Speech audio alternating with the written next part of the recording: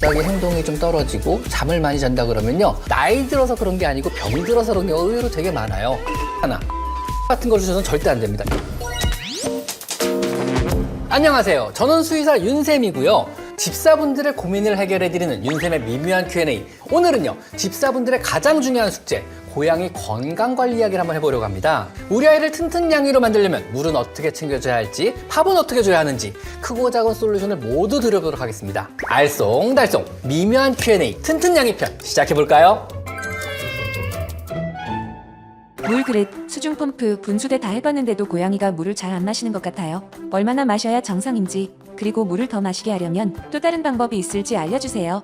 일반적으로 고양이는요, 하루에 체중당 킬로그램당 35에서 45ml의 물을 마셔야 됩니다. 4에서 5kg 정도의 고양이라면요, 200ml 정도의 물을 마셔야 하는 거거든요. 물을 더 많이 마시게 하는 방법은 여러 가지가 있는데요. 먼저 첫 번째로 물그릇과 밥그릇을 최대한 띄워줍니다. 즉, 물그릇의 위치를 밥그릇과 너무 가깝게 하면은요, 물이 사료에 오염이 돼서 물을 잘 안 먹는 경향이 있습니다. 그리고 물그릇의 크기는요, 충분히 넓은 그릇에 물그릇을 준비해 주는 게 좋습니다. 넓은 물그릇을 줌으로써 애들이 수염이 그릇에 안 닿고 물을 편하게 마실 수 있으면 더 많은 물을 마시게 됩니다. 물그릇은요, 어떤 플라스틱 맛 같은 게 올라오지 않도록 유리나 세라믹 재질로 된 물그릇을 사용하시는 게 제일 중요하고요. 그리고 최근에 나온 방법으로요, 퓨리나 프로플렌의 하이드라케어라는 보조식품을 주는 것도 한 가지 방법일 수 있습니다. 하이드라케어는요, 고양이 전용 수분 보조식품인데요. 건식사를 먹고 물 섭취가 부족한 고양이를 위해서 총 수분 섭취량을 늘려주고요, 수분 흡수, 요농도의 개선을 도와주는 기능성 제품이라고 할 수 있습니다. 일반 물보다요, 고양이가 물을 더 많이 마시도록 유도한다고 합니다. 건사료를 먹이고 싶은데 위에서 안 받아주는지 다 토합니다. 건사료와 습식을 혼합해서 급여하고 싶은데 그게 안 되네요. 어떻게 해야 할까요? 제가 보기엔 질병 확률이 되게 높아요. 이렇게 만성 식도염이거나 아니면 만성 위염이거나 아니면 췌장의 기능에 문제가 있을 수 있거든요. 요거는 병원 가서 저는 검사를 다시 한번 받아봤으면 좋겠어요. 그리고 또한 식사량을요, 소량씩 자주 주시고요, 그릇을 높여서 몸을 좀 높게 먹게 하고 요철 있는 그릇으로 천천히 먹게 유도하는 것도 도움이 될 것 같습니다. 아이가 원하고 좋아하니 하루에도 궁디팡팡을 몇 번씩 해주는데 너무 자주 하면 호르몬 분비가 많이 돼서 방광이나 자궁 쪽에 문제가 생길 수 있다는 이야기를 들었어요. 진짜인가요? 엉덩이를 두드려준다고 호르몬의 언밸런스가 생기는 게 전 처음 듣는 얘기입니다. 아마 근거가 없는 낭설일 것 같아요. 고양이가 궁둥이 팡팡을 좋아하는 이유는요, 여기 엉덩이 쪽으로 해서 허벅지 쪽으로 해서 넘어가는 굉장히 많은 신경다발이 존재해요. 거기가 자극을 받으니까 약간의 성적 자극을 느껴서 기분이 좋아하는 것 같아요. 일부 고양이들은 못 느끼지만 느끼는 고양이들은 엉덩이를 점점 들면서 기분 좋다, 더 두드려라 이러거든요. 너무 세게 두드려서 뭐 허리에 무리가 갈 정도가 아니라면요, 그냥 열심히 두드려주시면 됩니다. 팡팡팡 두드려주세요. 호르몬 문제 절대 안 생깁니다. 자, 보호자님과 전화 연결 후 조금 더 자세한 이야기를 들어보도록 하겠습니다. 여보세요? 네, 안녕하세요. 안녕하세요, 김가영님. 얼마 전에 아이가 큰 고비를 넘겼다고요? 네네. 저희 아이가 급성심부전에 걸렸어가지고 병원에서 검사는 다 해봤는데 정확한 원인을 모르시겠다고 하셔가지고. 특별한 이유가 없이 발생했네요? 네네. 와, 이게 원인을 모르면 되게 불안한데, 그죠?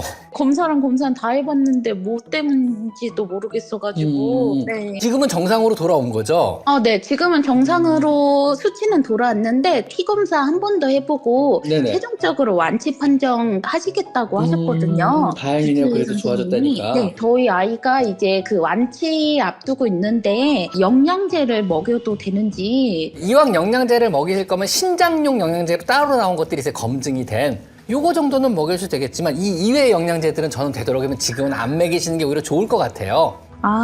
감사합니다. 선생님, 그리고 혹시 재발하지 않는 예방법이 있을까요? 탈수가 되지 않도록 많은 물을 먹이는 게 좋고요. 아니면 퓨리나 프로플렌, 하이드라케어 같은 수분 보충용 보조식품을 먹이는 것도 도움이 됩니다.